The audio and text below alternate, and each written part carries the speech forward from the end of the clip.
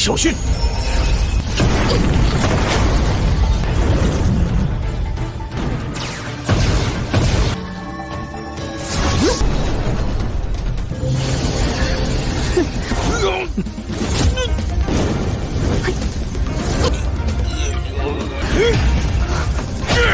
去咬他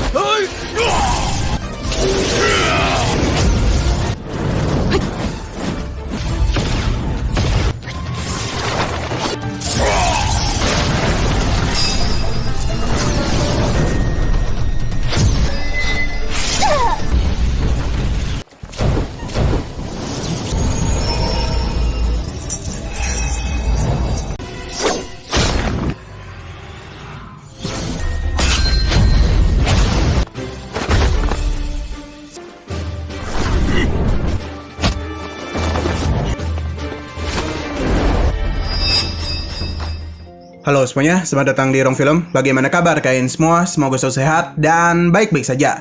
Berhubung hari ini hari Kamis, jadi kita akan lanjutkan series Wonderland Season 5. Pada minggu kemarin, Xingyun yang bertemu dengan para tetuanya baru menyadari bahwa sekte mereka ini sangat kaya. Bahkan saking kayanya sampai membuat para tetua bingung bagaimana cara menghabiskan semua uang itu. Di sini, Xingyun yang masih mengkhawatirkan Ningxia memutuskan untuk pergi mencarinya di Istana Tiannu. Xingyun berpindah ke tempat permaisuri legendaris bernama Xianyan. Di sana dia mendapatkan penyerangan dari beberapa orang misterius, dan di antara mereka ada seorang wanita yang cukup hebat, yang mana dia itu ternyata berasal dari klan iblis. Dia yang ada ras iblis memiliki kekuatan yang sangat hebat, bahkan dia itu sudah berada di ranah Raja Iblis. Sebenarnya wanita ini tidak ingin bertarung dengan Xianyan, namun dikarenakan Xianyan menolak ajakannya untuk bekerjasama, barulah wanita ini mulai serius bertarung dengannya. Di pertarungan ini lumayan sengit, namun terlihat bahwa perbedaan kekuatan di antara mereka agak jauh. Bahkan Xianyan hampir saja mati. Beruntungnya, Ningxia datang tepat waktu dan segera membawa Xianyan pergi dari tempat ini. Namun karena wanita itu berhasil meletakkan pelacak kepada Ningxia, jadi dia itu tahu di mana mereka bersembunyi. Wanita ini berusaha untuk menghancurkan formasi pelindung di tempat itu. Berhubung formasi ini sangat kuat, jadi wanita itu terus melakukan serangan. Nah, tidak begitu lama, Xingyun pun datang untuk menghentikannya. Xingyun memperkenalkan dirinya sebagai pemilik villa ini. Dia penasaran kenapa wanita di hadapannya ini ingin menyusup kemari dan ingin masuk secara paksa ke dalam kediamannya. Bahkan wanita itu malah menanyakan siapa dirinya. Wanita ini hanya tertawa dan dia pun menyadari bahwa orang yang membawa Xianyan adalah bawahan Xingyun. Xingyun membenarkan hal itu dan karena Xianyan sudah berada di tempatnya, maka sebagai pemilik tempat ini, Xingyun tidak akan membiarkan siapapun untuk menyentuhnya. Wanita ini meremehkan kehadiran Xingyun, bahkan dia itu mengatakan bahwa formasi itu tidak bisa menghentikan dirinya. Xingyun menanggapinya dengan santai, bahkan dia meminta wanita ini untuk menunjukkan kekuatannya. Pertarungan pun terjadi antara mereka, yang mana Xingyun akhirnya mengetahui bahwa wanita ini berasal dari klan iblis. Berhubung Xingyun sudah tahu identitasnya, jadi wanita ini pun mulai serius menghadapinya. Xingyun sedikit kesulitan dengan naga iblisnya, hingga memaksa dirinya mengeluarkan naga Yinglong. Sangat jelas bahwa naga iblis itu tidak bisa menghentikan kekuatan naga Yinglong.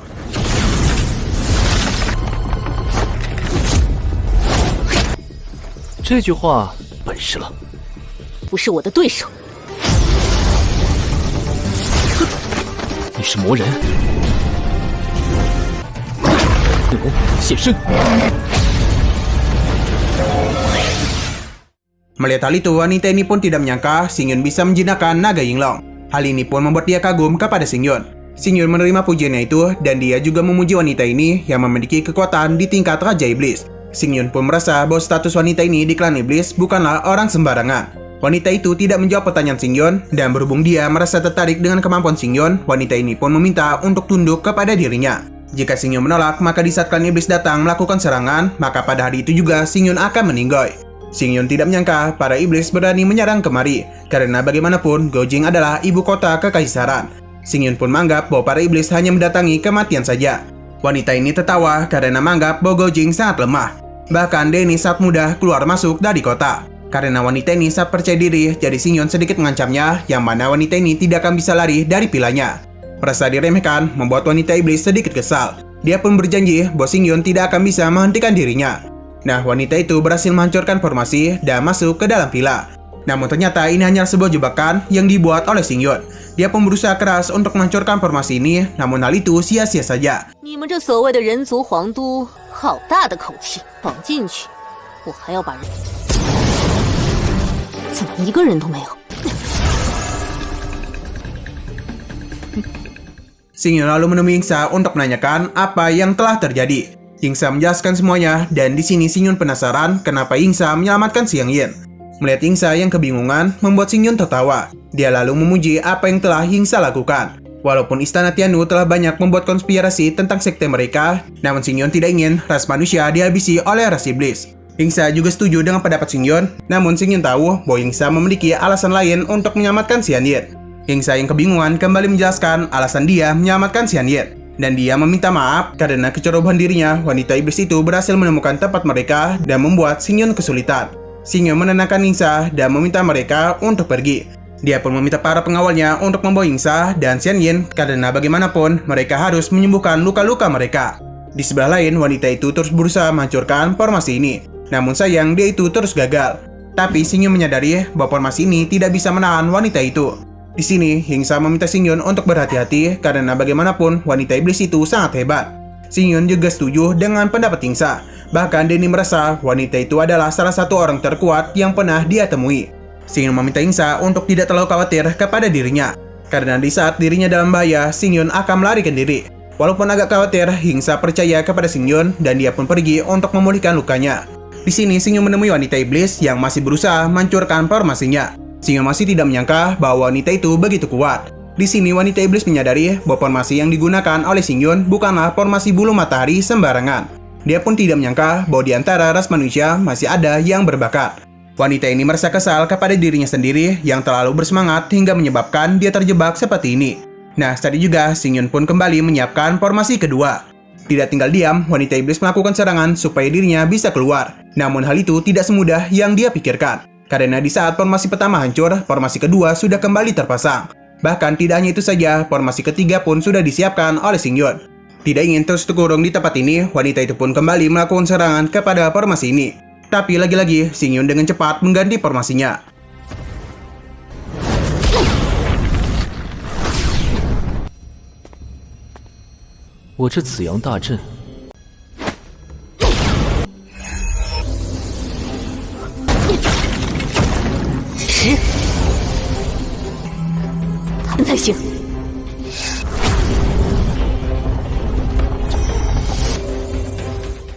Wanita ini tahu bahwa membuat formasi bulu matahari membutuhkan banyak batu roh. Dia pun penasaran seberapa banyak batu roh yang mereka punya untuk menahan dirinya dalam formasi ini. Wanita iblis akhirnya menggunakan semua kekuatannya hingga membuat Xingyun bingung bagaimana cara menghadapinya. Nah, tadi juga Tetua Agung pun datang dan Denny penasaran kenapa ketuanya memanggil dia kemari. Ternyata tujuan Xingyun memanggil Tetua Agung adalah untuk memimpin formasi bulu matahari. Karena dia itu tidak ingin wanita iblis keluar dari formasinya. Namun Xingyun sedikit khawatir terhadap batu roh mereka. Karena bagaimanapun untuk membentuk formasi bulu matahari harus membutuhkan 300 lebih batu roh untuk mempertahankan formasi ini selama 1 jam. Xingyun pun menanyakan tentang seberapa banyak batu roh yang mereka miliki. Tetua Agung menjelaskan bahwa selama bertahun-tahun mereka ini telah mengumpulkan banyak batu roh. Bahkan saking banyaknya mereka tidak tahu berapa jumlahnya. Xingyun terkejut mendengar hal itu, apalagi mereka juga memiliki 5 nadi batu roh, yang mana setiap harinya 5 nadi itu akan menghasilkan banyak batu roh. Tetua Agung meminta Xingyun untuk tidak khawatir karena jika mereka kekurangan batu, dia akan menyuruh para murid untuk mengambilnya. Xingyun masih tidak menyangka dengan kekayaan yang mereka miliki. Dia pun meminta Tetua Agung untuk melanjutkan formasi bulu matahari. Dan dia itu juga meminta untuk membersihkan jejak pertarungannya, karena Xingyun tidak ingin ada yang datang untuk menyelamatkan wanita itu. Tetua Agung mengerti dan dia ini menanyakan seberapa lama mereka menahan wanita iblis. Ternyata Xingyun berencana untuk menahan wanita iblis ini selama 2 bulan. Xingyun melakukan hal itu karena wanita iblis ini sangat berbahaya. Dan berhubung formasi bulu matahari bisa menahannya, jadi Xingyun ingin membiarkan wanita iblis itu untuk tetap tinggal di sana. Dia pun menyerahkan semua ini kepada Tetua Agung, dan jika wanita itu tidak kunjung menyerah, Xingyun meminta supaya wanita iblis itu terus dikurung. Xingyun akan memutuskan apa yang akan mereka lakukan setelah 2 bulan nanti. Dan dia yakin bahwa dalam waktu 2 bulan itu, kekuatan wanita ini sudah semakin lemah. Di saat dia pergi, Xingyun masih tidak menyangka bahwa gurunya meninggalkan banyak harta untuk dia dan sektenya. Bahkan sampai saat ini, dia baru tahu bahwa mereka juga memiliki banyak batu roh di gudang. Dia pun penasaran apa yang masih disembunyikan oleh gurunya. Nah, di sini Xingyun juga masih penasaran apa yang akan mereka lakukan kepada wanita iblis. Berhubung wanita itu berasal dari klan iblis, dia pun merasa bahwa Raja Wu pasti akan sangat tertarik kepadanya. Tapi walaupun begitu, di sini Xingyun masih tidak menyangka bahwa iblis kuat ini dengan mudah masuk kemari. Bahkan dia itu dengan mudah keluar masuk dari kota kekaisaran. 在局你怎么对付他？是宗主，啊，这里就先交给你了。是宗主。天元神宗，家底竟然如……看来以后我得盘一盘自己的，就找点帮手过来。这么强的魔人渗透进来了呀！ Sin lalu berpindah ke tempat Ingsa. Di sana, para pelayan tidak menyangka bahwa ketua mereka secara khusus memerintahkan Ingsa untuk menjaga Xian Yin. Bahkan mereka itu sampai dilarang untuk masuk. Temannya merasa tujuan ketua mereka mengutus Ingsa supaya Xian Yin lebih aman lagi karena bagaimanapun dia itu terluka cukup parah. Tapi wanita pertama menjelaskan bukan hal itu yang dia bicarakan. Yang mana dia ini bingung bagaimana bisa wanita yang sangat cantik itu bisa terluka cukup parah. Dan kenapa juga ketua mereka memberikan pelakon khusus kepadanya. Bahkan sampai mengutus Ingsa untuk memberikan penjagaan. Namun wanita kedua masih tidak tahu apa yang dibicarakan oleh temannya. Akhirnya wanita pertama itu menjelaskan kecurigaannya bahwa gadis cantik itu bisa terluka karena ulah dari ketua mereka. Yang mana dia mengira bahwa Xiang Yin tidak melayani tuan mereka dengan baik hingga menyebabkan ketua mereka marah dan melukainya. Jadi karena itulah Ingsa diutus untuk menjaganya supaya Xiang Yin tidak melarikan diri.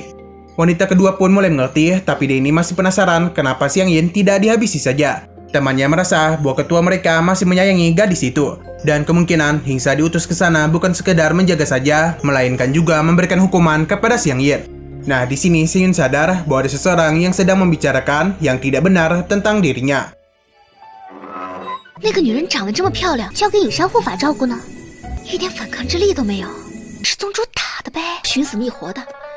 于是原来是这样。 Kembali kepada Ingsa, dia ini berusaha keras untuk memulihkan kekuatannya. Namun hal itu sangat sulit untuk dia lakukan. Ingsa mencoba untuk melakukannya kembali, namun dia tidak bisa berkonsentrasi. Karena dia itu mengingat perkataan dari tetuanya. Yang mana Xiang Yin telah menyerahkan urusan wanita ini kepada Ingsa. Yang mana hidup dan mati Xiang Yin sekarang berada di tangan Ingsa. Ingsa merasa tidak pantas menerima hal itu, apalagi Xiang Yin ada permaisuri dari istana Tianlu. Jadi bagaimanapun keputusan besar ini ketua mereka saja yang berhak untuk memutuskannya. Namun tetuanya memberikan pesan dari Xiang Yin yang mana orang yang dibawa oleh Ingsa akan menjadi tanggung jawabnya. Apalagi dia tahu Ingsa belum merasakan kehangatan dari seorang wanita. Xiang Yin juga meminta supaya Ingsa bisa menaklukkan hati Xiang Yin. Karena jika hal itu berhasil dia lakukan, maka istana Tianlu akan berada di tangan mereka. Yang ternyata ini adalah sebuah misi dari Xiang Yin.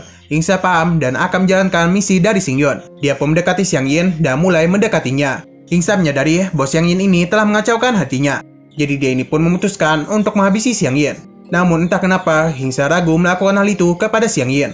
Padahal Ingsa sudah 10 tahun menjalankan misi dengan sempurna. Dan misi baru yang dia terima ini membuat dirinya bingung kenapa ketuanya memberikan tugas seperti ini. Dia mencoba terus berpikir untuk mencari alasan di balik misinya ini. Nah, tidak begitu lama Xiang Yin pun bangun. Dia tahu bahwa Ingsa akan menghabisi dirinya, namun dia ini penasaran kenapa dia ingin menghabisi dirinya padahal Ingsa itu baru saja menyelamatkan dirinya. Ingsa menjelaskan alasan dia menyelamatkan Xiang Yin karena dia itu tidak ingin melihat dia dihabisi oleh klan iblis. Tapi alasan itu malah membuat Xiang Yin bingung. Hingga akhirnya Ingsa memberitahu bahwa Xiang Yin telah mengacaukan hatinya. Namun Xiang Yin tidak tahu apa yang dimaksud oleh Ingsa karena bagaimanapun dirinya baru saja siuman. Ingsa pun menjelaskan bahwa ketua mereka ingin dia menaklukkan hati Xiang Yin supaya istana Tianlu jatuh ke tangan sekte mereka. Tapi karena Ingsa merasa dia tidak bisa menyelesaikan misi ini, jadi dia itu memutuskan untuk menghabisi Xiang Yin.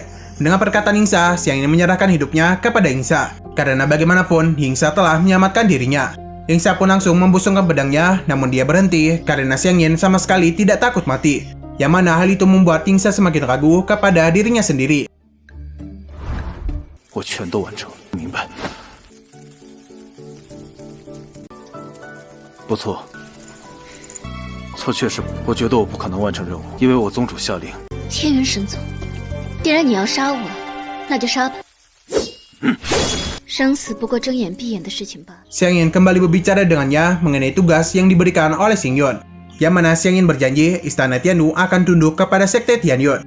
Tentu saja Ingsa terkejut mendengar perkataannya. 我觉得我不可能完成任务。生死不过睁眼闭眼的事情吧。天宇宫归顺天元神宗。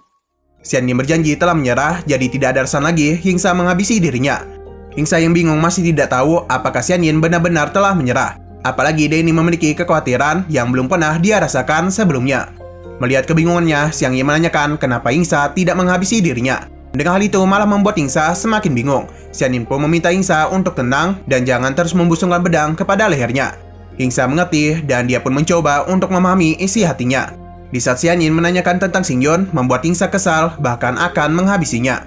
Xian Yin menganggap santai pembicaraan ini ternyata membuat Yingsa kesal. Ia pun berjanji jika Xian Yin tidak menghormati ketua sektenya, maka dia akan menghabisinya.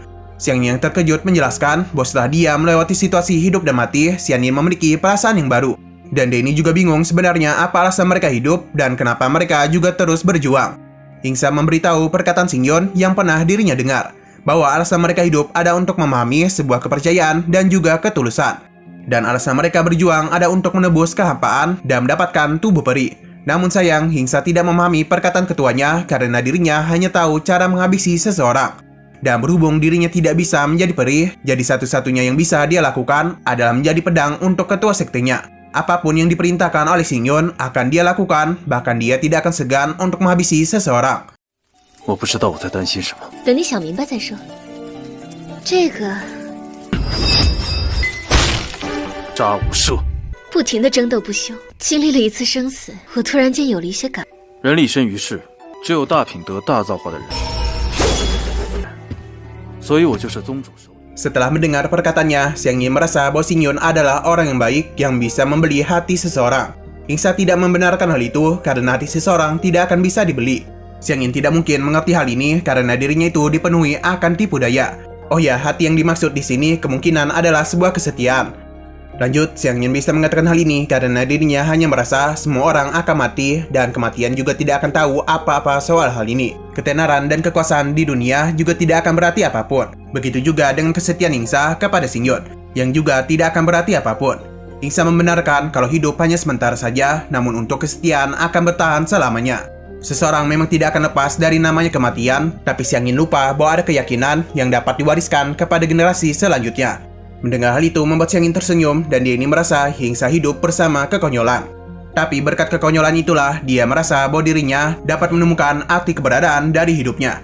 Xian Yin mulai menyadari bahwa hidup yang dijalani oleh Yingsa cukup bagus. Yingsa menjelaskan manusia hanya bisa hidup ratusan tahun, jadi setidaknya dalam hidup mereka ini harus jujur kepada satu sama lain.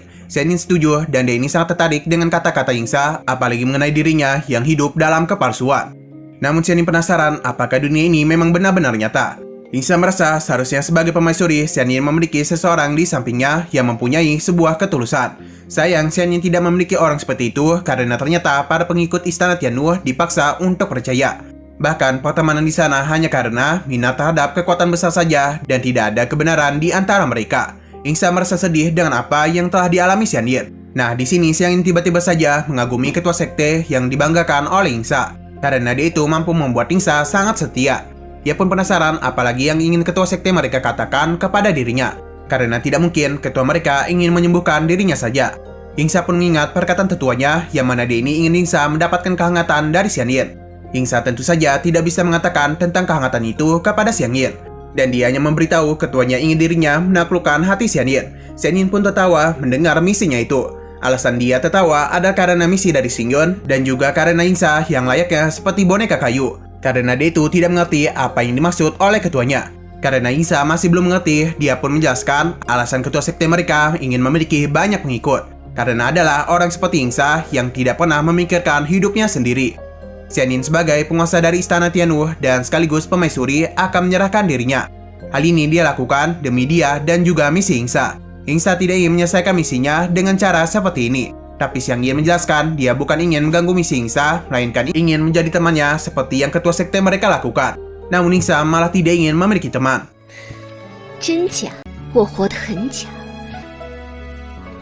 身边可有一个所有朋友皆是利益，可悲之人，他能让你如此忠心耿耿。你宗主还对你说过什么？人是有。宗主说了，宗主为什么能有这么多人追随？宗主有什么神隐？是永远都不会为自己考虑的。我是天女宫宗主仙音女帝，主一样，成为你的朋友，真是个木头。 Nah, di sini Xian Yin lalu memberikan daftar dari semua murid Istana Tianwu. Tentu saja ini ada asli, jadi dia ingin Yingsa untuk tidak khawatir. Dia melakukan hal ini karena Xian Yin telah menyadari bahwa jika hanya sendirian, dia tidak akan mungkin bisa melindungi Istana Tianwu. Dan selama mereka di bawah tangan orang yang salah, Istana Tianwu hanya menjadi bidak catur saja. Dan karena mereka sudah ditakdirkan menjadi bidak, jadi jika di bawah kendali sekte ilahi, mungkin tidak akan terlalu berpengaruh kepada kondisi mereka. Xiang Yin tidak ingin meminta syarat apapun karena bagaimanapun Ningxia telah menyelamatkan hidupnya dan hanya inilah yang bisa dia lakukan. Ningxia mengerti dan akan menerima daftar murid ini. Nah, di sini Xiang Yin sambil malu-malu menanyakan apakah Ningxia ingin memberitahu sesuatu kepada dirinya. Namun Ningxia malah menanyakan balik yang mana hal itu membuat Xiang Yin kesal. Mungkin saja Xiang Yin ingin membahas tentang perasaan Ningxia, namun karena Ningxia tidak peka, jadi hal itu malah membuat Xiang Yin kesal. 这是我们天女宫所有弟子的名册，我想明白了，没有什么条件，更何况是救命之恩。你没有什么其他要跟我说的吗？算了。 Keesokan harinya, kita pun dibawa ke tempat kediaman Raja Jing. Raja Jing yang sudah menyelesaikan pengasingannya, penasaran siapa yang ingin diperkenalkan anaknya kepada dirinya. Dia yang tahu Li Weiyang tidak begitu berguna, merasa bahwa temannya itu hanyalah seorang pecundang. Raja Jing juga selalu kesal kepada Li Weiyang karena dia ini sering bermain-main dan tidak pernah belajar. Bahkan dia ini juga mendengar bahwa anaknya baru saja dipukuli. Dia pun penasaran siapa yang berani mengganggu orang dari istananya. Li Weiyang sangat ketakutan terhadap amarah ayahnya. Bahkan dia ini sama sekali tidak membantah perkataan Raja Jing. Dia pun berusaha untuk memberitahu bahwa orang yang dibawa kemari ada seorang pahlawan. Raja Jing pun semakin penasaran dan meminta untuk membiarkannya masuk supaya dia bisa melihat pahlawan yang dimaksud oleh anaknya. Ternyata pahlawan itu ada Xing Yun. Dia dengan santai memasuki istana dan memberikan hormat kepada Raja Jing. Xing Yun juga memperkenalkan dirinya. Namun di sini Raja Jing marah karena Xing Yun tidak berlutut di hadapannya. Xing Yun memberitahu dia tidak akan melakukan hal itu karena bagaimanapun dirinya ini adalah seorang tamu. Jadi seharusnya Raja Jing melayaninya dengan baik, bukan membentaknya seperti ini. Raja Jing malah semakin kesal dengan sikap sombong dari Xing Yun. Bahkan saking kesalnya, Raja Jing mengeluarkan kekuatannya. Tidak mau kalah, Xing Yun juga mengeluarkan kekuatannya. Raja Jing sadar bahwa dia tidak boleh meremehkan Xing Yun. Jadi di sini dia pun menggunakan kekuatan ilahinya untuk menyerang Xing Yun. Tidak ingin diam saja, Xing Yun segera menyerang bentuk ilahi Raja Jing. 拜见武神靖王，但毕竟来者是客。都是我小看了你。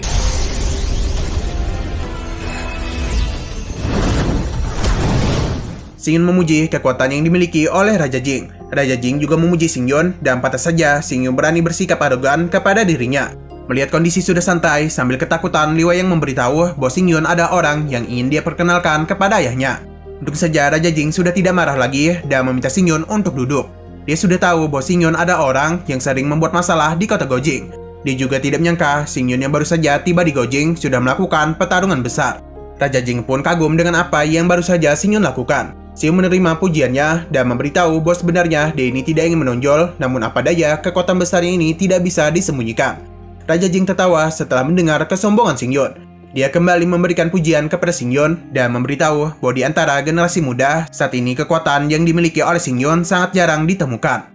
Nah, karena Xing Yun telah datang ke istananya, Raja Jing pun penasaran apakah Xing Yun bisa keluar dari tempat ini. Xing Yun sangat percaya diri bisa keluar masuk dengan mudah di istana ini. Raja Jing meminta Xing Yun untuk tidak terlalu percaya diri dengan kekuatannya sendiri. Merasa diremehkan, Xing Yun lalu mengeluarkan naga Yinglong. Alih-alih membuat Raja Jing takut, di sini naga Yinglong malah berubah menjadi kadal untuk mencicipi makanan di sana. Raja Jing sedikit terkejut karena di hadapannya ada naga Yinglong yang berada di ranah semi peri. Ia pun merasa bahwa Xing Yun telah menyiapkan ini semua untuk membuat keributan di kediamannya.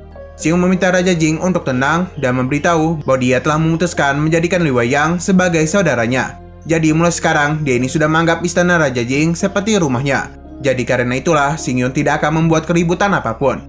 Tentu saja Raja Jing terkejut dan menanyakan tujuan Xing Yun yang sebenarnya.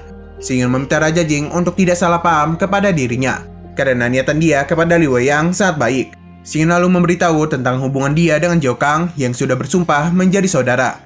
Jadi dia itu ingin Li Weiyang menjadi saudaranya juga dan mereka bertiga akan saling menghargai dan menjadi teman dekat. Raja Jing masih penasaran apakah Xing Yun dan Zhou Kang memang telah menjadi saudara.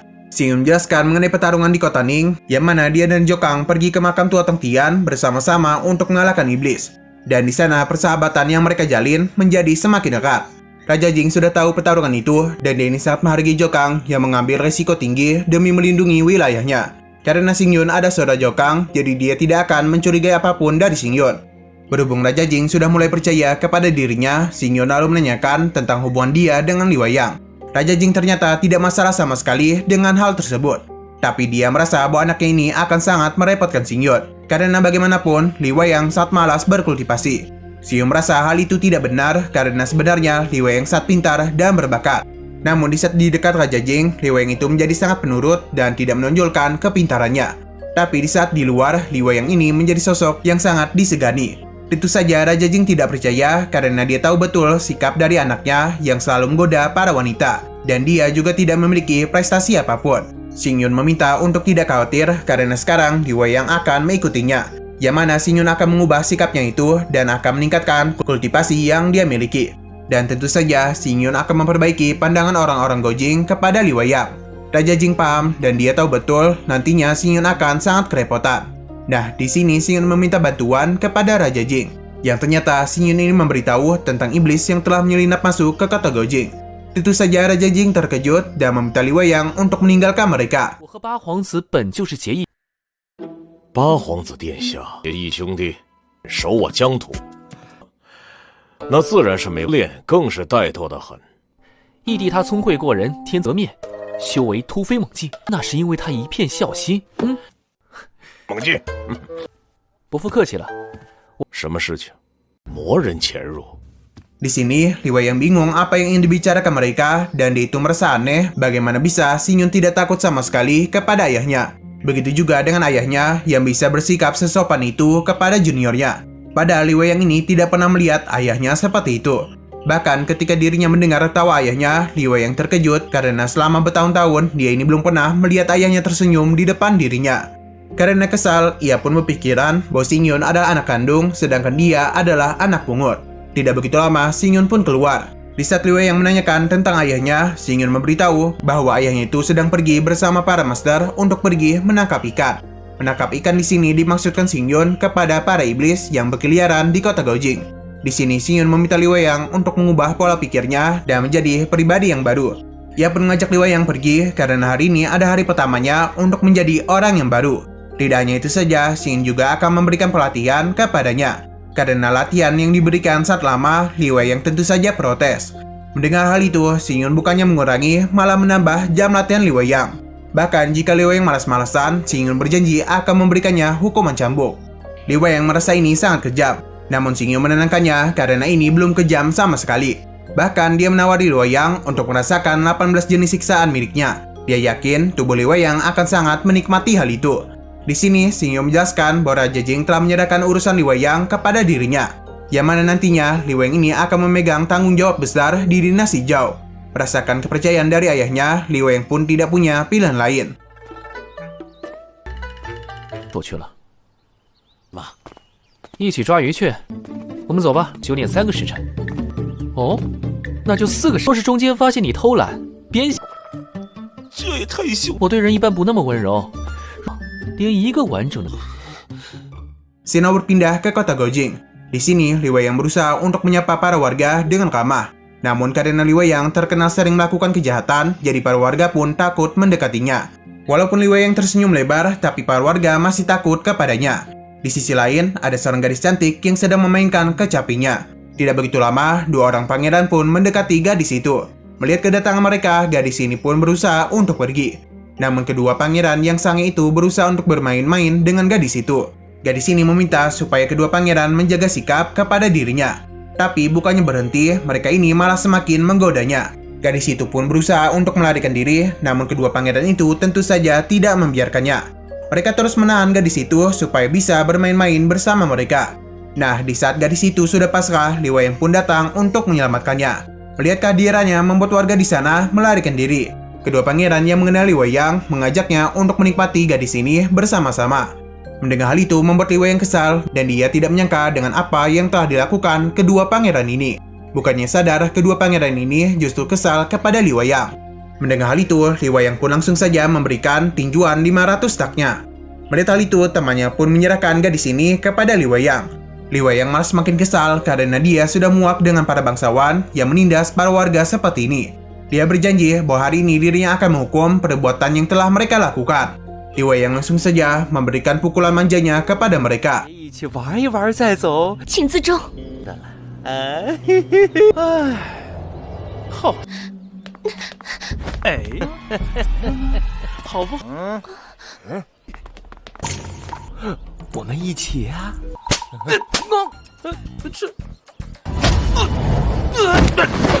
不要动怒！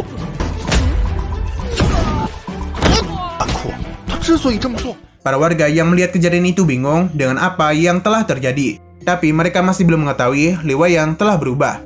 Mereka malah menganggap karena Li Weiyang sangat menyukai gadis itu, jadi dia itu melakukan sebuah tipuan supaya gadis itu terpikat kepadanya. Li Weiyang meminta kedua pangeran ini untuk tidak menindas orang lagi. Dan jika dia melihat mereka melakukan hal itu, dirinya berjanji akan kembali menyerang mereka. Di sini Li Weiyang mendekati gadis itu, namun karena Li Weiyang terkenal dengan kejahatannya, jadi dia pun sangat takut kepada Li Weiyang. Bahkan dia meminta supaya tidak mendekati dirinya.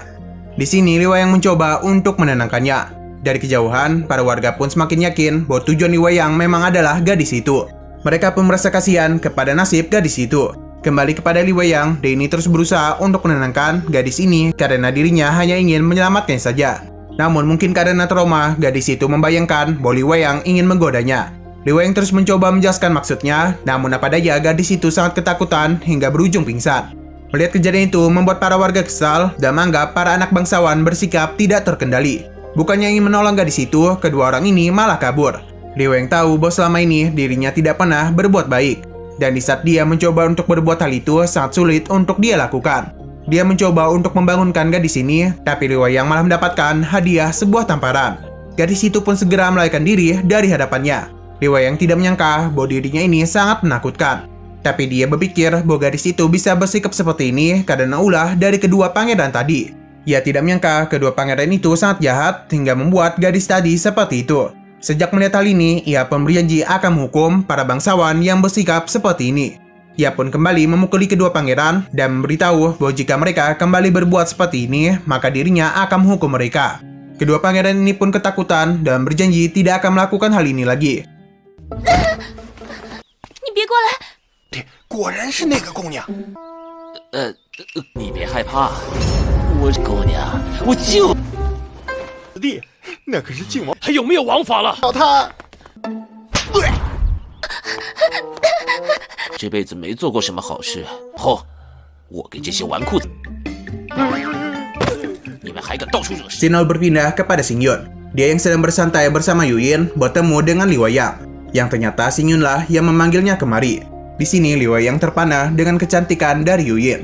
Melihat mata mesumnya membuat Yuyin kesal dan ia pun memberitahu jika Li Weiyang kembali melihat dirinya, maka Yuyin akan menghabisinya. Li Weiyang ketakutan pun segera berjanji tidak akan melihatnya lagi. Xingyun pun menjelaskan bahwa dia ini tidak bisa mengendalikan Yuyin. Bahkan jika Yuyin memang benar-benar ingin menghabisi Li Weiyang, maka dia ini tidak akan bisa berbuat apapun. Jadi dia pun meminta Li Weiyang untuk menjaga matanya. Li Weiyang terus memohon hingga akhirnya Yuyin pun melepaskannya. Nah, di sini Li Weiyang penasaran apakah Yuyin adalah wanita milik Xingyun. Dengan perkataannya kembali membuat Yuyin kesal. Sambil ketakutan, Li Weiyang berusaha untuk menjelaskan, namun karena saking ketakutannya, dia tidak bisa berkata apapun dan hanya bisa mengakui perbuatannya salah. Dia pun terus meminta maaf kepada Yuyin. Tunggu saja Xingyun menenangkan Yuyin hingga Li Weiyang tidak jadi meninggoy. 好几天没见了，我杀了你！他就算真的把你给杀了，也不敢了，你是什么意思？给你赔礼道歉。 Di sini Li Weiyang memberitahu bahwa dia ini sudah menjalankan apa yang diperintahkan oleh Xingyun. Ia menjelaskan bahwa beberapa hari ini dia telah memberikan pelajaran kepada 30 lebih anak bangsawan yang sombong. Dia juga mulai membantu orang-orang lemah yang sering ditindas. Tapi walaupun begitu, Li Weiyang penasaran kenapa orang-orang yang dirinya bantu malah ketakutan di saat melihat dirinya yang seakan-akan mereka itu melihat hantu. Xingyun memberitahu bahwa hal itu bisa terjadi karena dulu Li Weiyang terkenal dengan kemesumannya. Jadi tentu saja orang-orang menjadi takut kepadanya, terutama pada gadis. Li Weiyang mengerti dan dia ini tidak menyangka menjadi orang baik sangat sulit. Melihat dia mengeluh membuat Xingyun kesal. Tunggu saja Li Weiyang menyadari hal itu dan dia pun kembali bersemangat. Karena sesulit apapun akan dia hadapi, apalagi dia ini ada pilar kerajaan dan bukan lagi anak bangsawan yang sombong. Xin memuji semangatnya itu dan berhubung peluang mereka sudah tiba, jadi di sini Xin mengajak Li Weiyang ke tempat Raja Jing. Peluang yang dimaksudkan oleh Xingyun di sini ada kedatangan para master yang dikumpulkan oleh Raja Jing. Xingyun hanya menjelaskan kepada Li Weiyang bahwa mereka akan menemui ayahnya yang sedang menangkap ikan. Malam pun tiba dan ternyata Raja Jing sedang berada di Villa Xingyun. Di sana Li Weiyang segera memberikan hormat kepada ayahnya. Raja Jing yang tahu perbuatan baik anaknya segera memberikannya pujian. Li Wei pun merasa sangat senang karena baru kali ini ayahnya tersenyum kepada dirinya. Xing Yun masih memanggilnya sebagai raja, diminta oleh Raja Jing untuk memanggilnya sebagai paman saja. Dia ini sangat senang karena sejak pertama kali Li Wei yang mengikuti Xing Yun, anaknya itu telah banyak mengalami perubahan dari segi sikap dan juga kekuatan. Tapi dia sadar bahwa Li Wei yang baru saja belajar, jadi dia ini meminta supaya Li Wei ini terus berada di sisi Xing Yun hingga dia dapat belajar lebih banyak dari Xing Yun. Li Wei yang setuju dengan pendapat ayahnya.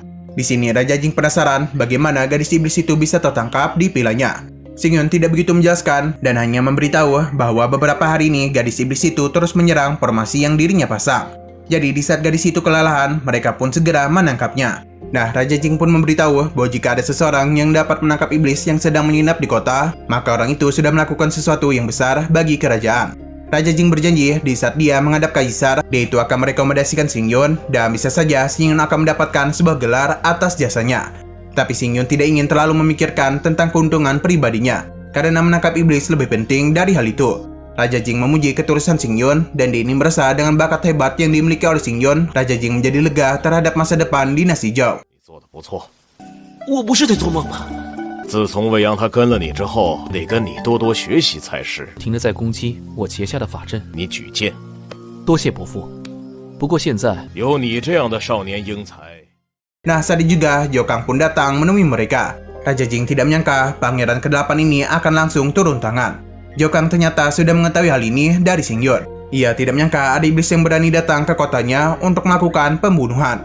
Raja Jing meminta Zhou Kang untuk tidak khawatir karena dia telah mengirimkan 500 pasukan elit untuk membentuk sebuah formasi besar yang mengelilingi tempat ini. Berhubung semua orang telah di sini, jadi Xing Yun ingin memulai untuk menangkap ikan. Xing Yun pun melepaskan formasi yang mengurung gadis iblis. Gadis itu tidak menyangka akan ada banyak orang yang menemui dirinya. Namun dia ini merasa bahwa kedatangan mereka semua hanya akan sia-sia saja. Tanpa banyak bicara lagi, ia pun segera memulai pertarungan. Tidak tinggal diam, Raja Jing juga mulai melakukan pembalasan. Bahkan dia ini dengan mudah menghancurkan naga ilahi dan beradu tinju dengan gadis itu. Gadis iblis menyadari bahwa di hadapannya ini adalah Raja Jing. Di sini Raja Jing meremehkan kedatangan gadis itu di kota Gaojing dan saat itu juga ia pun mengeluarkan ular ilahi yang dia miliki. Raja Jing melakukan hal ini karena dia sudah mulai serius dan sekaligus berencana untuk segera menghabisinya. Gadis iblis tidak takut sama sekali karena jika mereka bekerja sama sekalipun tidak akan mampu mengalahkan dirinya. Ia pun kembali mengeluarkan naga ilahinya untuk mengatasi ular ilahi milik Raja Jing. Di saat kedua binatang itu saling bertarung, Raja Jing maupun gadis iblis kembali memulai pertarungan. Terlihat bahwa kekuatan gadis iblis lebih unggul dibandingkan dengan Raja Jing. 不过就凭你们， 他来了。武神剑王。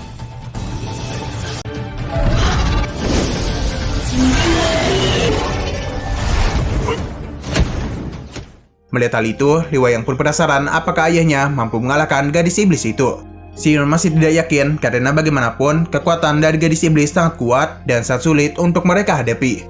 Bahkan meskipun Raja Jing ada seorang master, namun hal itu belum menentukan kemenangannya. Li Wei mulai merasa khawatir kepada ayahnya. Dengan hal itu, Xing Yun pun tidak menyangka ternyata Li Wei yang masih berbakti kepada ayahnya. Li Wei memberitahu meskipun dia takut kepada ayahnya dan sering dipukuli, tapi dia ini sadar bahwa kedamaian yang telah ia rasakan selama ini adalah perbuatan ayahnya. Yang mana ayah itu selalu bertempur dan bahkan membahayakan hidupnya untuk menjamin masa depan umat manusia. Dan berhubung dia sering memukuli anak bangsawan, jadi Li Wei yang takut jika terjadi sesuatu kepada ayahnya, maka para anak bangsawan itu akan kembali memukuli dirinya hingga menjadi mayat. Xing Yun tidak menyangka Li Wei yang masih sadar atas perbuatannya. Kembali ke pertarungan, duel antara dua binatang ilahi berakhir imbang, dan ledakan kekuatan mereka sangat berefek kepada area di sekitar. Mereka pun tidak menyangka pertarungan Rana Semi Peri akan sangat mengerikan. Zhou Kang tidak menyangka Raja Jing yang berada di puncak Rana Semi Peri kesulitan untuk berhadapan dengan gadis iblis. Ia pun penasaran siapa gadis ini dan dari mana asalnya.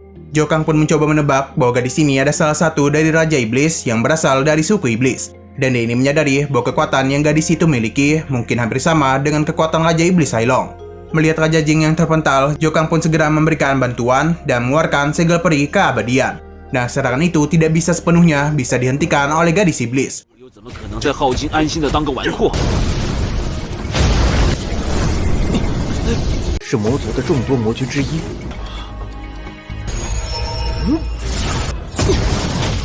Melihat hal itu, Li Weiyang pun tidak menyangka Jiao Kang yang selalu dianggap lemah ternyata memiliki kekuatan yang sangat hebat.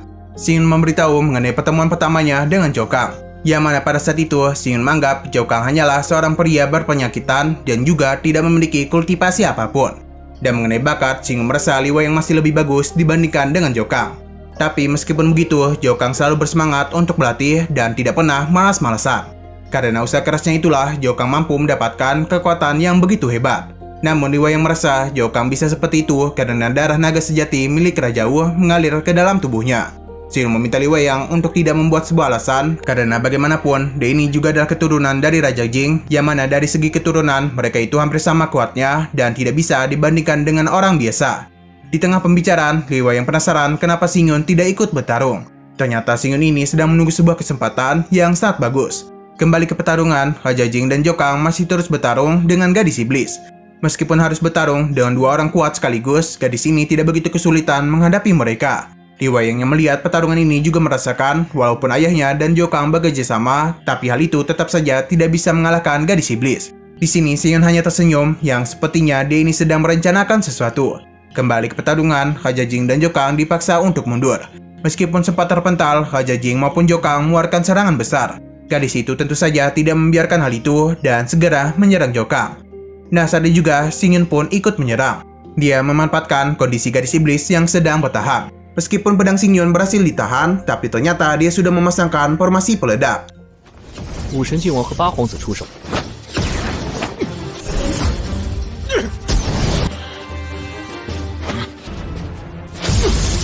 天下！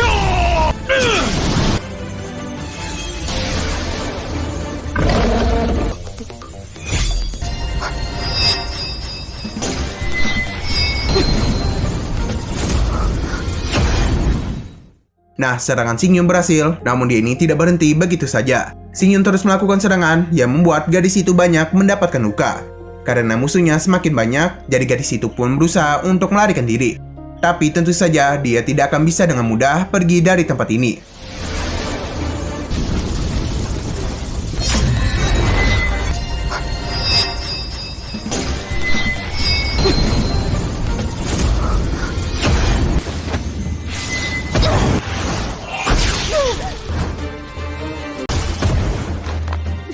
Gadis iblis tidak menyangka mereka akan mengerahkan banyak orang untuk menyerang dirinya ini yang hanyalah seorang wanita lemah. Bahkan mereka itu melakukan serangan secara diam-diam. Mendengar perkataannya membuat Raja Jing dan Jiao Kang merasa bersalah. Untung saja Xing Yun segera menyadarkan mereka dan meminta untuk tidak tertipu dengan perkataan gadis itu. Karena meskipun bentuk fisiknya ada seorang wanita, namun hal ini bisa saja hanyalah sebuah tipuan. Karena mungkin gadis ini bisa berubah menjadi monster besar yang mengerikan seperti babi hutan dan monster lainnya yang memiliki penampilan yang sangat burik. Tentu saja sebagai wanita yang cantik, dia tidak terima Xing Yun mengatakan yang tidak-tidak tentang dirinya. Mendengar gadis itu mengatakannya sebagai pecundang, Xing Yun pun menanyakan seberapa banyak manusia yang telah dihabisi oleh klan iblis. Karena kedatangan dia kemari ada untuk membalas semua itu. Jadi tentu saja sebutan pecundang tidak layak untuk dirinya. Bahkan Xing Yun berjanji akan menghabisi para iblis meskipun dirinya harus ikut meninggal. Di tengah pembicaraan, sepertinya gadis itu sedang berusaha untuk melakukan sesuatu. Namun kita belum tahu apa yang akan dia lakukan karena Xing Yun terus berbicara mengenai ambisinya untuk menghabisi para iblis demi melindungi keselamatan banyak orang. Bahkan dia rela mengorbankan segalanya untuk mencapai tujuannya. Jiao Kang setuju dengan pendapat Xing Yun, dan meskipun iblis ini menyamar sebagai seorang manusia, namun mereka tidak tahu gadis iblis akan berubah menjadi monster seperti apa. Jadi Jiao Kang pun meminta Raja Jing untuk tidak akan membiarkan gadis iblis melarikan diri. Karena mungkin di masa depan nanti dia akan sangat membahayakan mereka. Raja Jing merasa perkataan Jiao Kang memang benar. Mengetahui rencananya gagal, gadis iblis pun penasaran apakah mereka ini memiliki kemampuan untuk mengalahkan dirinya. Ia pun mengeluarkan tubuh ilahinya untuk menghadapi mereka. Melihat hal itu, Raja Jing juga segera mengeluarkan tubuh ilahinya untuk menghentikan gadis iblis. Pertarungan pun kembali terjadi dan menimbulkan kekuatan ledakan yang besar. Raja Jing terus menyerangnya, sedangkan gadis ini hanya bisa bertahan saja. Ledakan kekuatan terus terjadi di pertarungan ini hingga Jiao Kang pun kembali ikut bertarung, yang mana dia itu langsung saja menggunakan segel penakluk ribuan iblis. Raja Jing segera menjauh karena dia tahu seberapa berbahayanya serangan Jiao Kang. Tapi gadis itu ternyata bisa menghentikan serangannya. Di saat dia meremehkan kekuatan Jiao Kang, Xing Yun pun kembali ikut bertarung. dia mengeluarkan naga Yinglong yang sedang dalam mode kadal. Yinglong tentu saja terkejut karena dia ini lagi sedang asik-asiknya bersantai. Gadis iblis yang tidak tahu makhluk apa itu berusaha untuk menyerangnya.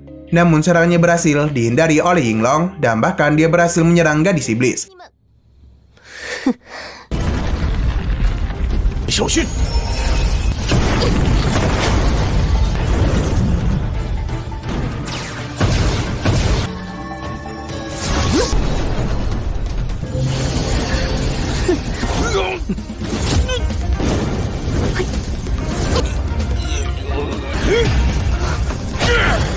Yinglong tidak menyangka Xingyan akan menggunakan dirinya sebagai senjata tersembunyi. Xingyan tidak sengaja memanggilnya karena dia itu berusaha untuk memanggil pedang terbangnya. Gadis iblis tidak menyangka Xingyan memiliki naga Yinglong yang berada di ranah semi peri. Xingyan kembali menggunakan naga Yinglong dan kini dia kembali dalam mode naganya. Gadis itu sadar bahwa tubuh Yinglong sangat kuat, bahkan energi pedang tidak akan bisa menghabisinya. Meskipun dia masih penasaran kepada Xingyan, gadis ini memilih untuk mundur. Tentu saja hal ini membuat mereka kebingungan. Tapi saat juga sebuah serangan pun muncul yang mengincar ke arah mereka, yang ternyata itu semua ada ulah dari gadis iblis. Di saat dia berhadapan dengan Xingyan, gadis itu ternyata berusaha untuk mencari celah untuk melarikan diri. Xingyan pun segera memberikan perintah kepada Yuyin untuk tidak membiarkan gadis iblis melarikan diri. Yuyin berhasil menghentikannya dan membuat gadis itu tidak akan bisa kemana-mana. Yuyin lalu mengeluarkan pedangnya, yang mana kita tahu bahwa itu ada pedang penghukum peri. Gadis iblis yang tahu tentang pedang itu penasaran sebenarnya siapa Yuyin ini. Yuyin maupun Xingyan tidak memberikan jawaban karena mereka akan menghabisinya. Yuyin pun segera melakukan serangan dan diikuti oleh Xingyan dan juga Yinglong. Yinglong bahkan mengeluarkan kekuatan besarnya. Tanpa diduga, ternyata gadis iblis masih bisa menahan serangan itu. Yuyin juga menggunakan kekuatan pedang untuk mengalahkan gadis iblis. Namun lagi-lagi, dia ini berhasil menahan serangannya. Hingga akhirnya, Xingyan pun memanfaatkan pertahanannya yang terbuka. Akibat hal itu, dia juga menerima serangan Yinglong dan juga Yuyin. Gadis iblis tidak menyangka dirinya akan mati di tangan mereka. Ia pun segera jatuh karena mungkin gadis itu sudah terluka cukup parah.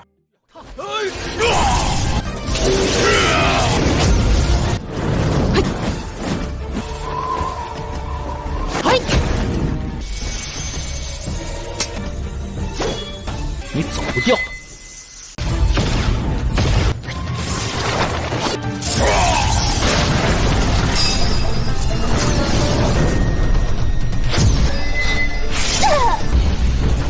你们这些人的手里。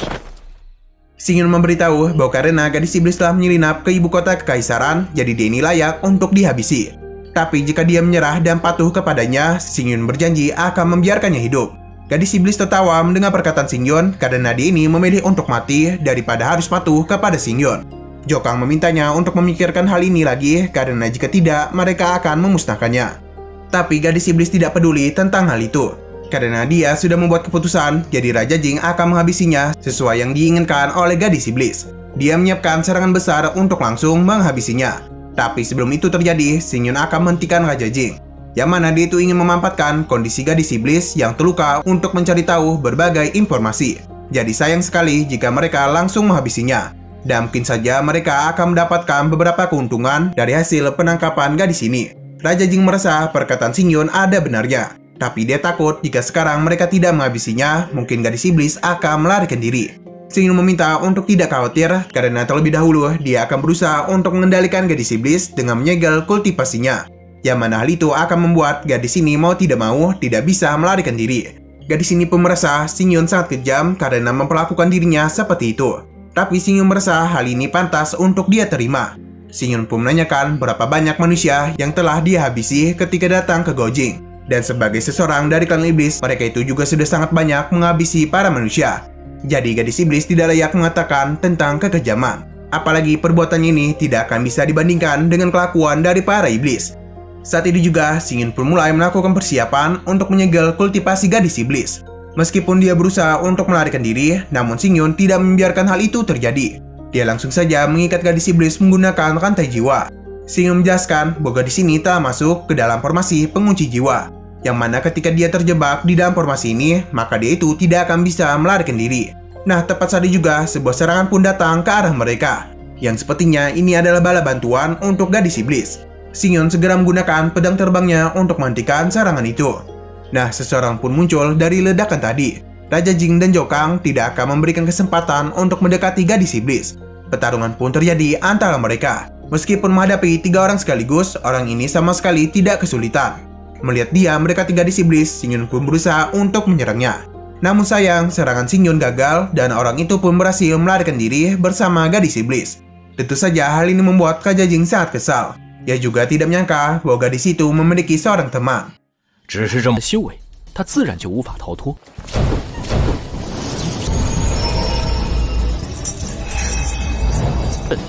你中了这个阵法之后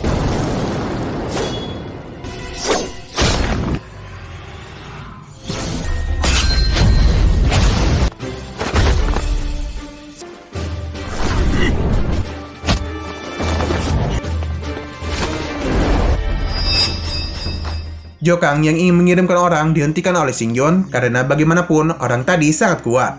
Jadi dia takut orang yang akan mereka kirim hanya akan menjadi korban saja. Terlebih lagi orang itu sangat cepat jadi sangat sulit untuk mengejarnya. Yuyin sebenarnya ingin mengatakan sesuatu kepada Xing Yun, namun dia ini memilih untuk tidak memberitahu hal itu. Di sini Raja Jing berpikiran sama dengan Xing Yun, dan dia juga tidak menyangka akan ada banyak klan iblis yang menyelinap di ibu kota kekaisaran. Raja Jing merasa mereka ini harus segera melaporkan hal itu kepada Raja Wu. Karena gadis iblis berhasil dilukai oleh Xing Yun, jadi Jokang memintanya untuk berhati-hati karena bisa saja gadis itu datang untuk membalas Xing Yun.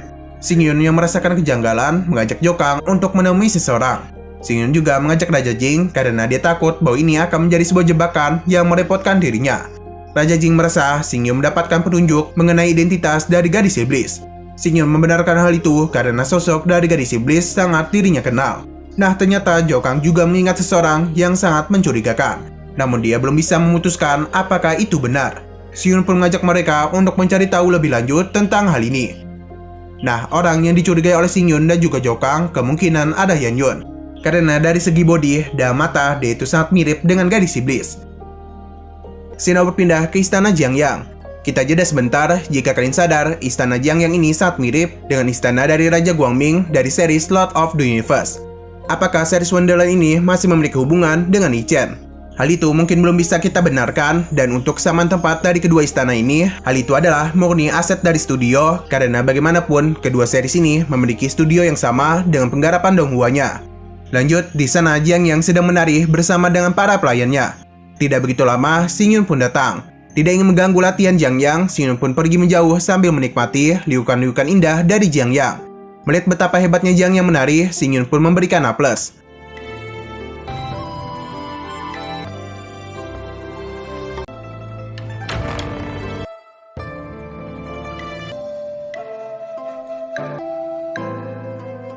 Jiangyang lalu membubarkan pelayannya dan menanyakan tujuan Xing Yun datang ke istana. Xing Yun memberitahu bahwa kedatangan dia kemari untuk menemui seseorang yang mana itu ada Jiangyang. Jiangyang meminta Xing Yun untuk menjaga sikapnya. Apalagi Xing Yun hanyalah orang biasa dan dia itu sangat berani datang ke istananya. Terlebih lagi, dia itu hanya sendirian saja. Ia pun penasaran apakah Xing Yun tidak takut ditangkap. Xing Yun memberitahu bahwa kedatangan dia kemari ingin memastikan sesuatu. Namun Jiangyang tidak peduli akan hal itu. Dan meskipun kultivasi Xing Yun cukup tinggi, tapi hal ini tidak menjamin dia bisa keluar masuk dari istananya. Jika Xing Yun tidak pergi dari istananya, maka Jiangyang akan memberikannya hukuman. Xing Yun tidak takut dengan ancamannya, karena bagaimanapun, dia ini sudah mendapatkan izin dari Pangeran ke-8. Terlebih lagi, dia ini tidak memiliki niatan buruk kepada Jiangyang. Jiangyang tentu saja tidak percaya dengan perkataan Xing Yun. Apalagi dia ini datang di tengah malam. Jadi seharusnya Xing Yun sudah tahu bahwa keberadaannya kemari adalah sebuah dosa besar. Xing Yun mencoba menjelaskan bahwa dia memang benar-benar telah diutus oleh Jokang, yang mana alasan dia kemari untuk melacak sesuatu, dan masalahnya hal itu terkait dengan Jiangyang. Xing Yun pun memberitahu bahwa dia dengan Jokang telah melacak keberadaan dari iblis yang berhasil menyusup ke kota Gojing. Jiangyang terkejut dan dia itu merasa bahwa Xing Yun menduga iblis yang mereka lacak sedang berada di istananya. Xing Yun membenarkan pemikiran Jiangyang dan karena itulah dia datang kemari. Jiangyang sangat marah karena dia berpikiran bahwa Suing menuduh dirinya telah bekerjasama dengan iblis. Xing Yun menjelaskan bahwa dia sama sekali tidak menuduh Jiangyang, dan alasan dia kemari karena dia ini takut ada beberapa iblis yang telah berada di sisi Jiangyang. Jadi kedatangan kemari juga adalah untuk menjamin keselamatan Tuan Putri ini. Jiangyang tertawa dengan perkataan Xing Yun, dan dia ini juga meremehkan kehadiran dari para iblis, karena bagaimanapun banyak penjaga yang mengelilingi istananya. Xing Yun sadar bahwa Jiang Yang bisa berpikiran seperti itu karena dia ini belum tahu seberapa berbahayanya para iblis itu. Jadi dia itu meminta supaya Jiang Yang tidak mempercayai orang yang salah. 更半夜闯入公主殿下有关。一个魔人，居然能够潜入到……不错，我正是为了追查。放肆！你的意思是我勾结魔族？ Jiang Yang mulai sedikit memahami Xing Yun dan ia pun penasaran siapa orang yang dicurigai oleh Xing Yun. Di saat Xing Yun ingin memanggil Yan Yun, membuat Jiang Yang tertawa karena dia yakin penjaganya itu bukanlah seorang iblis. Apalagi Yan Yun sudah tumbuh bersama dirinya sejak umur 5 tahun. Jadi dia yakin Yan Yun bukanlah orang seperti itu. Namun Xing Yun tetap mencurigai Yan Yun karena para iblis sangat pintar dalam melakukan teknik penyamaran. Mereka bisa melakukan cara apapun untuk tetap berada di sisi Jiang Yang. Karena Jiang Yang yakin Yan Yun bukanlah iblis, Xing Yun pun meminta supaya membiarkan Yan Yun keluar agar mereka bisa memastikan hal itu. Jiang Yang malah salah paham karena menganggap Xing Yun menuduh dirinya. Xing Yun tidak ingin meladeninya dan terus meminta Jiang Yang untuk memanggil Yan Yun. Melihat tingkahnya membuat Jiang Yang semakin kesal kepada Xing Yun. Xing Yun memintanya untuk tenang karena dia hanya ingin memastikannya saja. Nah, saat itu juga Yan Yun pun datang. Dan dia itu penasaran apa yang ingin Xing Yun buktikan dari dirinya. Berhubung dirinya di sini, jadi dia ingin Xing Yun untuk membantu dia membuktikan ketidakbersalahan dirinya. Alasan Jiang Yang tidak ingin memanggil Yan Yun kemari karena dia khawatir dengan kondisi Yan Yun. Ternyata pagi tadi, dia baru saja bertarung melawan Jenderal Yang. Mendengar Yan Yun terluka, Xing Yun tidak menyangka dengan kebetulan ini. Karena iblis yang mereka hadapi juga terluka. Mendengar perkataan Xing Yun membuat Jiang Yang sedikit kesal. Ia pun penasaran kenapa Jiang Yang ini terlihat sangat khawatir. Padahal ini hanya ingin menguji saja apakah Yan Yun iblis atau bukan. Apalagi ini juga demi kebaikan mereka berdua. Yan Yun menenangkan Jiang Yang dan juga memberitahu untuk membiarkan Xing Yun menyelidiki hal ini. Yan Yun pun bertanya bagaimana dia bisa membuktikan dirinya ini tidak bersalah. Xing Yun pun menjelaskan bahwa iblis yang mereka hadapi terluka oleh pedangnya. Yang mana pedang Jiangxian adalah salah satu senjata milik keluarga peri. Yang mana serangan dari pedang ini akan meninggalkan sebuah jejak pada luka yang diterima oleh para korban. Yan Yun penasaran di mana letak luka yang dimaksud oleh Xing Yun. Di saat Xing Yun menjelaskan luka itu berada di bahu kanan, membuat Jiang Yang semakin kesal karena hal itu sama saja dengan mempermalukan Yan Yun. Xing Yun tidak akan berbuat apapun kepada Yan Yun dan dia ini hanya ingin membuktikannya saja. Jadi Xing Yun meminta untuk memperlihatkan bahu Yan Yun. 公子想让我如何证明？请叶公子帮我证明。暂时就不要出来了，上和杨将军交手。要捉拿的那个魔人刺客，叶星云，你，公主殿下，那个魔人被我的斩仙飞刀所伤，必然还留着那一道伤口，穿透了那人的右肩。清白之躯，又岂容你随意查看？只看个肩而已，还请不必介意。 Mendengar perkataan Xing Yun, Yan Yun pun menenangkan Jiang Yang. Ia juga memberitahu bahwa jika di bahunya memang ada luka, maka dirinya ini akan menyerahkan diri. Namun jika dia bukan iblis dan di bahunya tidak ada luka, maka apa yang akan Xing Yun lakukan? Mendengar Xing Yun hanya akan meminta maaf saja, membuat Jiang Yang kesal. Karena bagaimanapun, dia ini sudah menuduh temannya. Jadi tentu saja permintaan maaf tidak akan bisa membayar semua itu. Sebagai gantinya, Jiang Yang akan memberikan Xing Yun 30 pukulan. Xing Yun merasa hal itu salah karena jika dirinya dihukum di jalan, maka akan membuat orang bertanya-tanya tentang apa yang telah terjadi. Hingga pada akhirnya, orang-orang pun tahu bahwa alasan Xing Yun dipukuli karena melihat tubuh polos Yan Yun. Karena tidak ingin orang-orang mengetahui hal itu, Jiang Yang pun mengganti hukumannya kepada Xing Yun. Xing Yun tidak ingin memberikan jawaban karena bagaimanapun, dia ini sedang bekerjasama dengan pangeran untuk melacak iblis. Jadi dia tidak bisa memutuskan dan hanya menunggu persetujuan dari Jokang. Dengan kelicikan Xing Yun, Jiang Yang menanyakan hukuman apa yang diinginkan oleh Xing Yun. Karena Jiang Yang tidak kunjung memberikan izin, jadi Xing Yun memilih untuk pergi. Karena hal ini sama saja dengan membuang waktunya.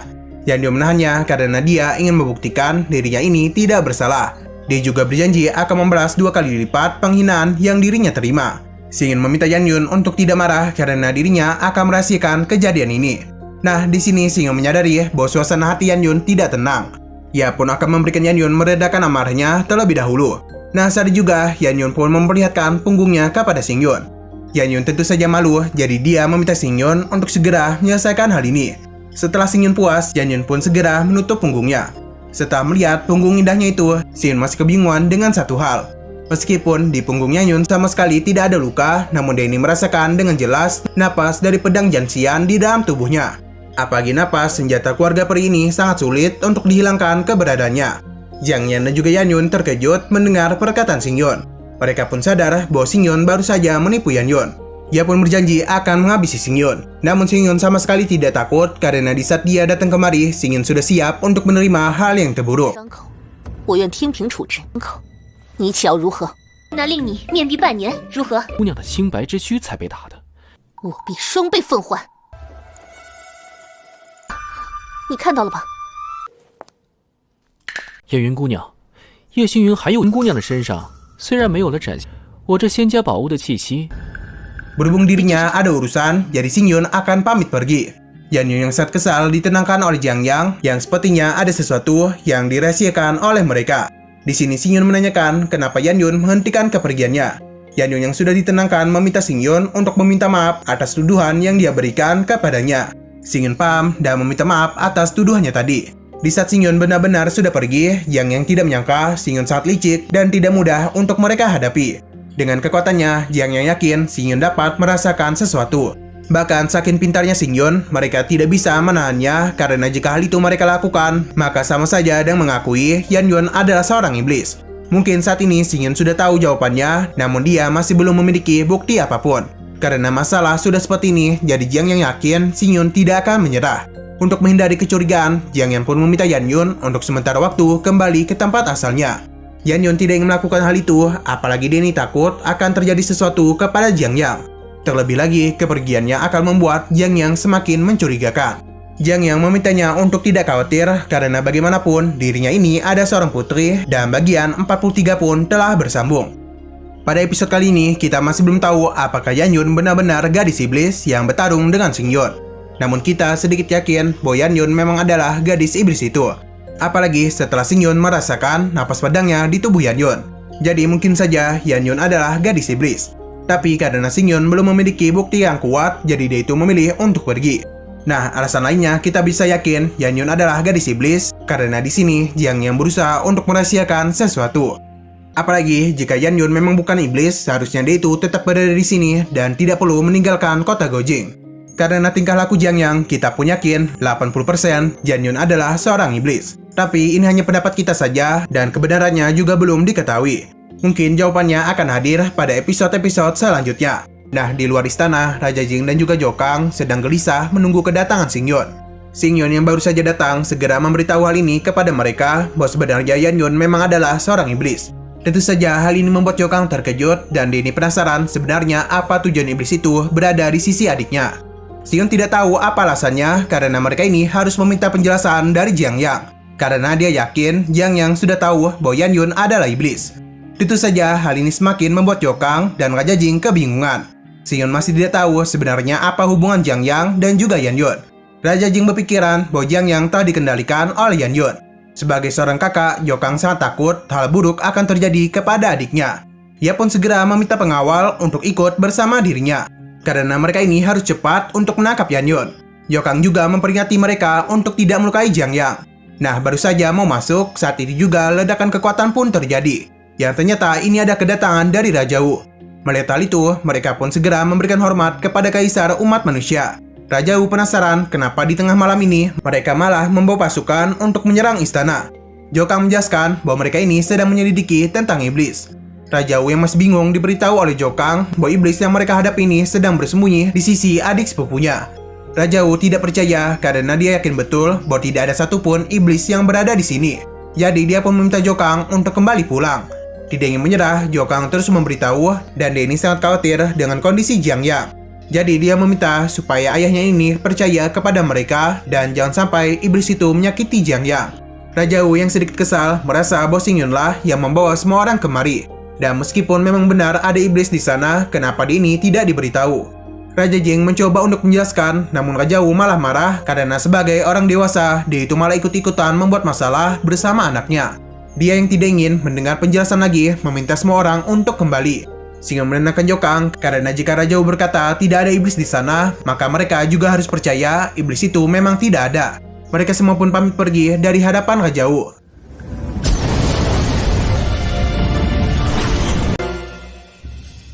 见过父皇，意欲何为啊？要和他一起捉拿魔人，让魔人伤害了皇妹。岂会有魔人？你带来的？焉能不知？微臣知罪。孩子胡闹也就罢了，你们都回去吧。是，陛下。 Setelah dari sana, Raja Jing yang ingin pergi ditahan oleh Zhou karena dia itu masih penasaran kenapa ayahnya bisa bersikap seperti itu. Raja Jing menjelaskan bahwa sebagai seorang kaisar yang berada di ranah perih, Raja Wu itu mampu mengetahui segala hal dan tidak ada satupun yang bisa lepas dari pengawasannya. Jadi dia ini yakin bahwa Raja Wu sudah mengetahui identitas dari Yan Yun.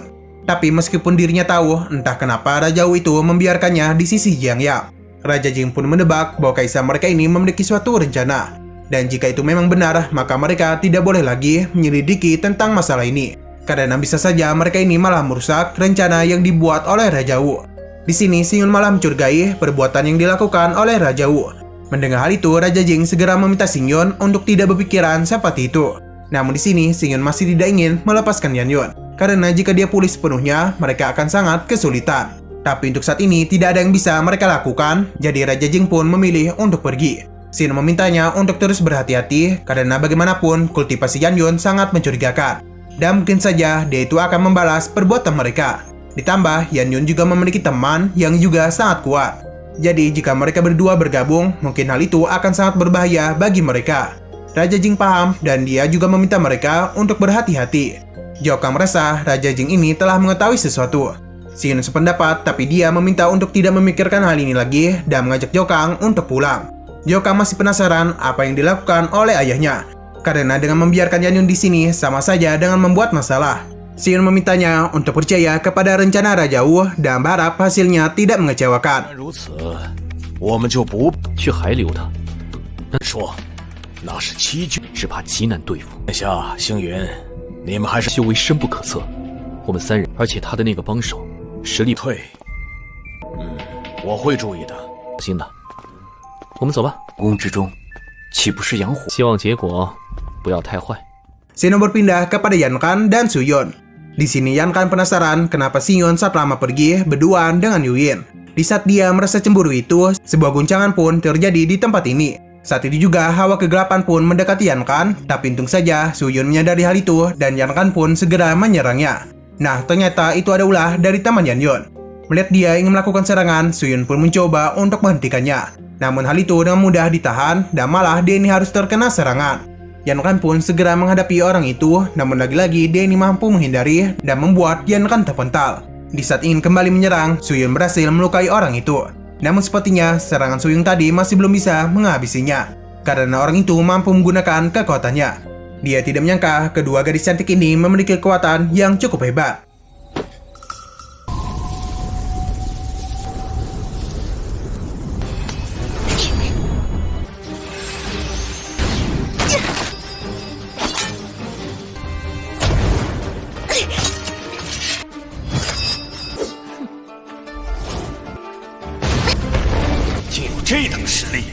Di sini Su Yun penasaran siapa dia yang sebenarnya.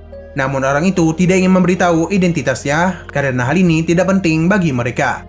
Ia pun memberitahu bahwa jika mereka tidak mau menyerah, maka dia akan menghabisi mereka.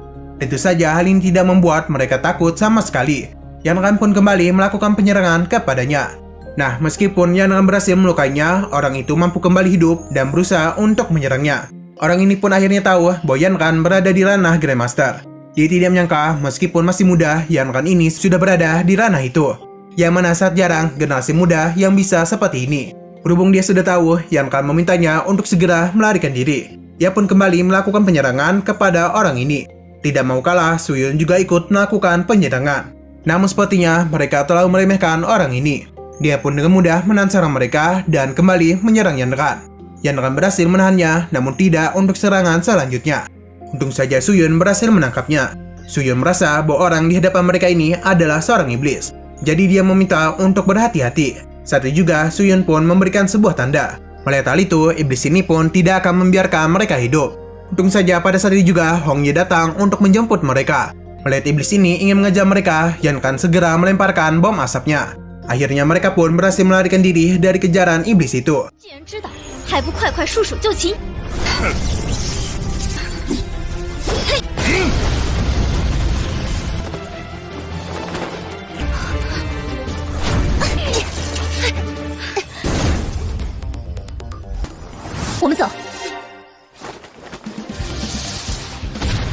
Mereka terus menjauh dari penginapan dan berhenti ketika kelelahan.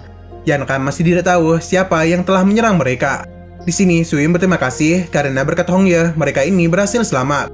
Hongye yang penasaran benda apa yang telah dilemparkan oleh Yan Kan, segera dia jelaskan bahwa itu adalah sebuah trik yang diajari oleh Xingyun, yang mana mainan tadi berisikan racun. Xingyun sering menggunakan cara licik ini untuk menipu orang-orang.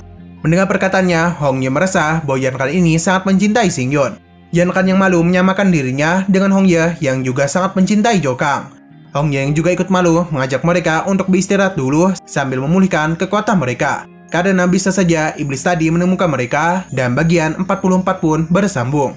Oke, sekian dulu pada video kali ini. Untuk video selanjutnya akan hadir pada Kamis depan. Jadi bagi kalian yang ingin mengikuti series ini langsung klik subscribe dan aktifkan loncengnya.